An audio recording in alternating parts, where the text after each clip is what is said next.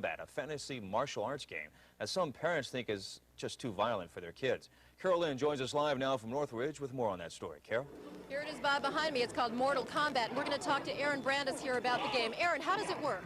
Well, basically, you pick a couple characters, you do maneuvers on the joystick, some buttons, you do moves, and then what are you trying to get to? Fatalities? Nah, there's a master guy you got to beat at the end. Fatalities are just what happens if you're really brutal to your opponent. You get an opponent, you can rip off his head or something like that. Sounds like a pretty thrilling game, and this is the kind of violence that critics are pretty worried about. Cold-blooded murder is making Mortal Kombat the most popular video game in history. Kids relish their victory and their bloody choice. Should they pull out their opponent's heart, or simply rip his head off just to see his spinal cord dangle in a pool of blood? How do you feel about cutting his head off? After a $10 million advertising campaign, Mortal Kombat, debuting in home video today, is expected to sell 2 million copies at $50 a pop.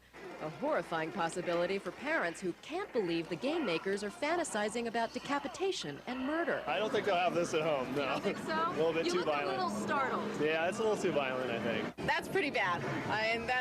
That's just plain gross. Furthermore, advanced technology allows digitized video of real martial arts actors, making the action look real and not as cartoony. In fact, Mortal Kombat so shocked the managers at a nationwide arcade chain that they tried a sanitized version of the game. Instead of chopping the opponent's head off, he simply disappears. Sales dropped 40%. They came up and said, what'd you do to the game? It's no fun anymore. Kids are saying chill out to worried parents. I think TV personally influences more than a video game. A video game is a video game. The bottom line, parents wonder if kids can separate fantasy from the real thing.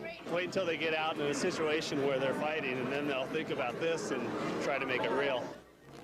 But you know, game makers are saying that games are going to become more visually violent and more sexually violent as adults buy more video games. I mean, it's a big money market, $50 to $60 a pop.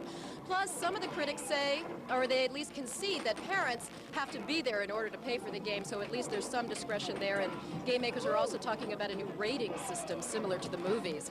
We'll see what happens. I'm Carol Lynn reporting live from Northridge. Back to you. All right.